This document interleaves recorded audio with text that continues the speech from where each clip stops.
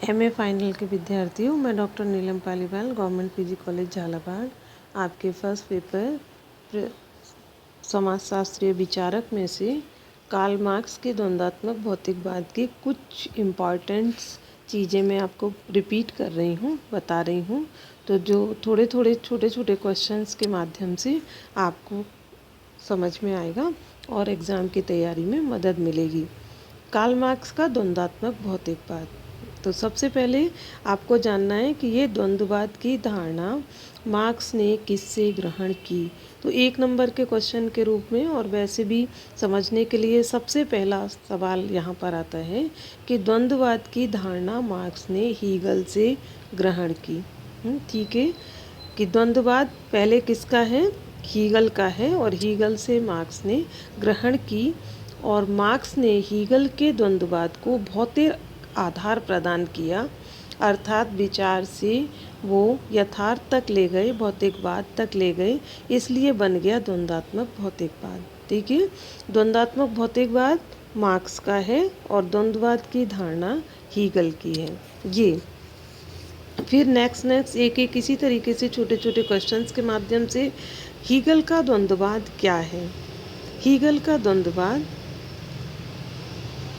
Dialectic शब्द का हिंदी अनुवाद है, जो ग्रीक भाषा के शब्द डायलोगो से बना है, जिसका अर्थ है वाद विवाद करना, तर्क वितर्क करना, शास्त्रार्थ करना।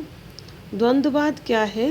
विरोधी शक्तियों द्वारा विरोधाभास बताकर उसका समाधान करके सत्य तक पहुंचने का एक रास्ता है।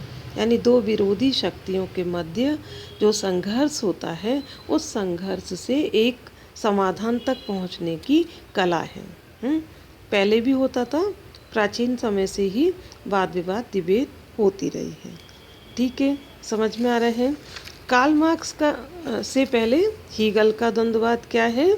हीगल का द्वंद्ववाद, उन्होंने द्वंद्ववाद में परिवर्तन की तार्किक प्रक्रिया को वाद प्रतिवाद एवं संवाद द्वारा व्यक्त किया है। तो फिर आपको याद रखना है वाद प्रतिवाद एवं संवाद।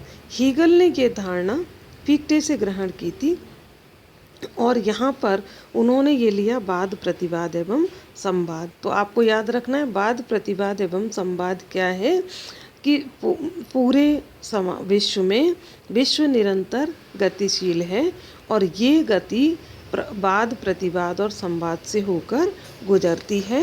वाद एक स्थिति है जो स्वयं विरोधाभास को जन्म देती है, उसका विरोध प्रतिवाद है, क्योंकि हम जानते हैं कि हर वस्तु की प्रतिवादी अवश्य होती है।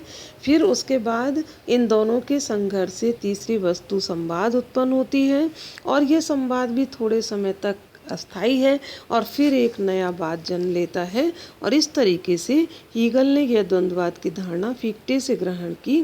फिक्टे ने कहा कि प्रत्येक तर्क की 3 अवस्थाएं होती हैं, वाद प्रतिवाद और संवाद। समझ में आ रहा है। मार्क्स ने हीगल से ग्रहण की, और हीगल का द्वंद्ववाद किस पर